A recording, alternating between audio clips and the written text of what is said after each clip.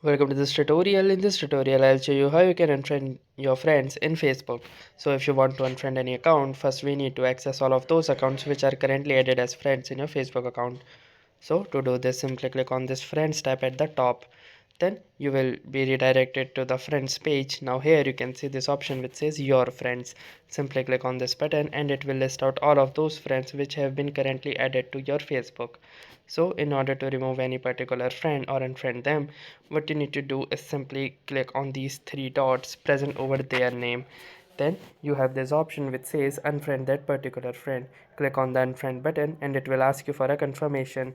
Simply click on this confirm button right here, and here you can see that you have successfully unfriended. Since it is not refreshed, if I will go to their profile, here you can see that it is giving me an option to add them as a friend again. So that's it for this video. I'll see you in the next one. If you like this video, make sure to hit the like button as well, comment on this video, share it, and don't forget to subscribe to our channel. Thank you for watching and have a nice day.